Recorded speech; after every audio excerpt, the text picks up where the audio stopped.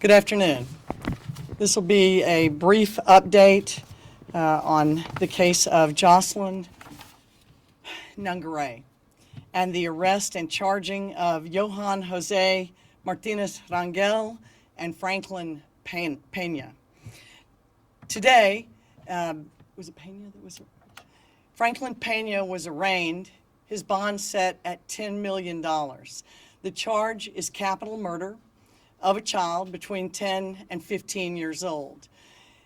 At this time, the current charge does not carry death penalty eligibility. However, it is important for the public and the press to know that the investigation is ongoing, that forensics and lab work are required in this case, and unlike on television, they can't do it in an hour.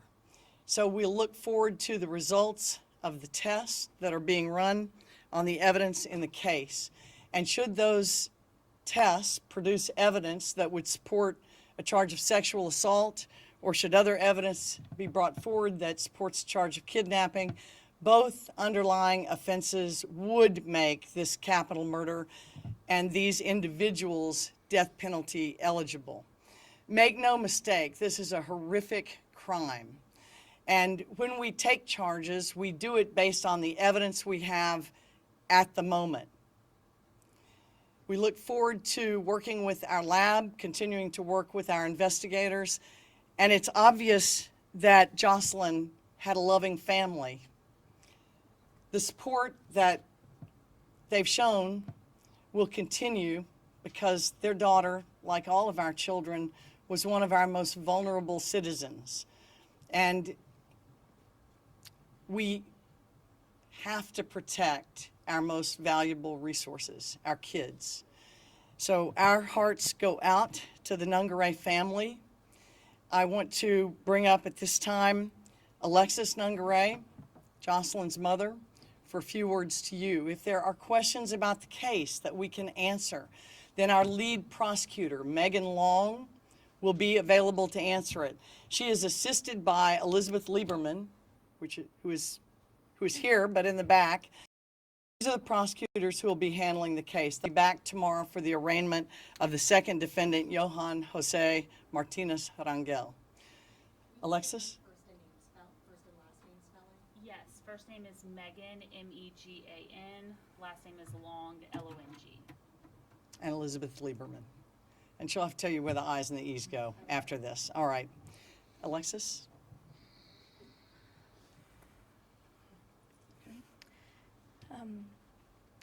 I thank everybody for being here to make notice, a national notice for my daughter. She was amazing. I still see her face in the back of my head every day, all day. Keep getting little signs about her throughout the days, and it's just been a very, very hard time for me and my family, but the amount of support I've been getting from everybody it's very, it's from the bottom of my heart, so appreciated. I hear her sayings just replaying over and over on in a loop in my brain. Her dorkiness, her quirkiness, she definitely made people laugh. She's, I'm always gonna remember those memories because, she had such a bright future ahead of her, and I knew she was gonna go very far. And, you know, these monsters took that opportunity from her, from our family, of watching her. And I just want people to remember, I know this is a very high profile case, but she was still my firstborn. I was a teen mom. I fought for her at 15. So 27 now, I'm still fighting for her. And just remember that she was a very special little girl that deserves her justice. And I know she's gonna make a difference in this world for all children. And now it's my job to make sure it continues to happen. So I just want to say thank you.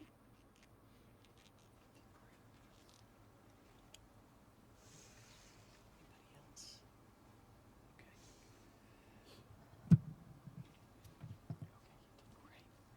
A question for you. The judge set a bond at $10 million. This was higher than what the district attorney's office asked for. Were you surprised by this, and what's your reaction to the judge's decision?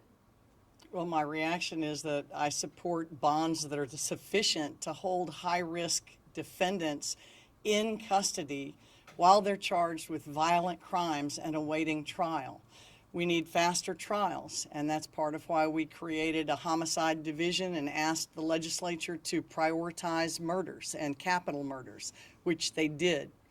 So we're supportive of the bond that was set. We'll ask for the same bond for the co-defendant tomorrow. And as soon as our lab results are back, and if they support a death penalty eligible type of capital murder, then we'll come back and ask for no bond. Can you talk about the death penalty from 10 to 15 years old and how that impacts the district attorney's office when trying these cases, how there isn't eligible for a death penalty for some reason, this age restriction from 10 to 15 years old? Our laws treat the age of victims differently, and they've changed where they draw the line. Used to be children under 6 if they were murdered. That created an underlying offense that would support death penalty in capital murder. That law was expanded to 10 years old and under, and then further expanded from 10 to 15 if the victim was 10 to 15 years old. Yet death penalty was taken off the table by the legislature, and instead they suggested that life without parole would be the appropriate charge. But age is not the only consideration in this case or any case. The underlying actions of the criminals.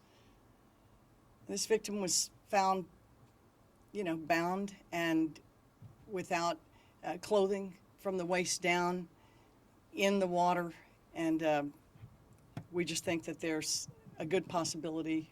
We hope that there's evidence that remains to be tested. Is there any indication that the suspects knew Jocelyn, or they lived in the same area, maybe crossed paths at any time? No. Do you know why, if that 10 to 15 age range, why, that particular age doesn't warrant the death penalty? No, you would have to ask the legislators who passed that bill. I think they were expanding law and order, and they wanted the most vulnerable victims to be better protected, but for some reason took death penalty off the table. I don't know why. Ms. Nungaray mentioned this is a high-profile case. Can you talk about what direction or advice you give to prosecutors as they're handling something this high-profile, or what your expectations are for them when there's this much attention? So let me take just a minute to brag on the prosecutors that we've carved out to serve in the homicide division of the Harris County DA's office. It's a relatively new position. We've had it for the last 3 years. The idea was to reduce the trauma for victims by putting our most qualified prosecutors on capital murders and hopefully not having to reassign them as often, so that these family members didn't have to go through the trauma of working with new prosecutor after new prosecutor, as can happen here. So, it's a reflection of our intent to better serve crime victims. And the lawyers that are on it are a reflection of our desire to have the best of the best, trying the worst of the worst. If it's determined that a sexual assault happened, it would become death penalty eligible. Does that mean you would prosecute it as such? It doesn't mean that. We make determinations about whether or not we're going to seek death very carefully. We have a committee. It is not a thumbs up or thumbs down decision by the elected DA like it used to be. I changed that. And the committee looks at the evidence, including evidence presented by the defense, especially if it has to do with mental illness or intellectual disability of any kind. We have to take that into consideration. And so it's a lengthy process to decide what is and is not an appropriate case to seek death on. We've been very circumspect with it in this office, but we have sought it. And we always take the wishes of the family and the feelings that they have about punishment into consideration. They have to rely on us for the ultimate decision. I have to rely on the prosecutors for the ultimate decisions, and that's why it's so important to have dedicated people in these positions, and I can assure you that Megan and Elizabeth are dedicated. Can you speak about the mechanics of having someone on an ice hold while a state case is being prosecuted? You know, I can't speak to the ankle monitor that this fellow that, Franklin Pena was wearing, is that right? I can't speak to ICE putting ankle monitors on folks and releasing them. Our immigration system is broken, and if there was ever a case that reflected that, it's this one. So you're not able to confirm if one of them put off their ankle monitors after she died? I can't confirm it. Not my understanding. Well, we weren't able to have audio in the courtroom, so you were successful in proving that he was a flight risk to the community. Can you talk a little bit about that, the fact that he did have an ankle monitor on during the time and why he is a flight risk to the community? I think it was also mentioned they were talking about getting money to basically be able to flee. Just talk a little bit about how you were able to have success in him being this flight risk. Correct. So one of the big factors for us is connections to Harris County. Have they been here for a long time? Do they have family? Do they have a job here? What sort of ties would keep them here and ensure that they would show up one day for trial? Franklin Pena, our understanding, got here in mid-May, so he doesn't have those connections to the community. And so for us, that makes him a flight risk. Additionally, he was talking to his boss, he works in construction, and asking for money because of what they did to get out of town. So that was an important factor for us to highlight to the judge to show that should he get out, we can't ensure that he would come back and face his day in court for what he did to Jocelyn. That was a local construction company? Yes. Did he tell his boss what he allegedly did? There's an understanding that something went wrong, someone got hurt, and someone was killed. But as far as any more details on exactly what he said, no. Did the boss notify police? Yes, the boss came forward and spoke to the police. Is that how they ultimately found out where they were? That is one of the ways that the police were able to determine where they were and who the suspects were. We just did a story last week at Judge Josh Hill's courtroom about a murder case taking 4.5 years. His courtroom in particular has an enormous backlog. How are you going to ensure that this family can have a fast process and their loved one, they could get justice and not take years to go through this court system, specifically his courtroom? We do see a backlog.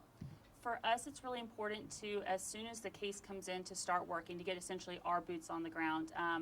I come from a fantastic division where myself and all of the homicide divisions, investigators from our office, were out there ourselves interviewing possible witnesses, trying to find everything we can. So a big part of it for us is getting our process started quickly, getting the evidence in our hands, and then evaluating the case. Additionally, is just getting the testing done in a timely manner really helps us move cases along and get justice for Jocelyn sooner. Let me answer that question too. It's very important that the public know that judges control the schedules.